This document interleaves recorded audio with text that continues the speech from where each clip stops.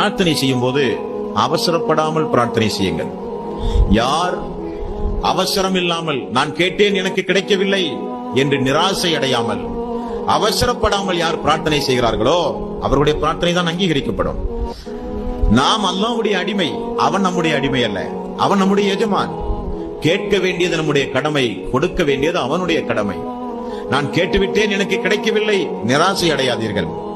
நான் கேட்டதெல்லாம் கிடைக்கவில்லை, அவசரப்படாதீர்கள். அல்லாஹ் ரப்பல் ஆலமீன் நம் அனைவர்களையும் கண்காணித்துக் கொண்டிருக்கிறான். ரப்பல் ஆலமீன் நம்மை பார்க்கிறான். நாம் அல்லாஹ்விடத்திலே அதை கூட இதை கூட இறைவா எனக்கு இதைத்தா அதைத்தா என்றெல்லாம் கேட்கிறோம்.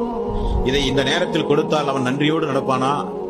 இதை இந்த நேரத்தில் கொடுத்தால் அவன் தாங்குவானா? இதை இந்த நேரத்தில் கொடுப்பதை காட்டிலும் இந்த நேரத்தில் கொடுப்பதுதானே அவனுக்கு சிறந்தது என்று சொல்லி ஒரு தாய் குழந்தையை வளர்ப்பதை போலத்தான் அல்லாஹ் நம்மை வளர்த்தி கொண்டிருக்கிறான்.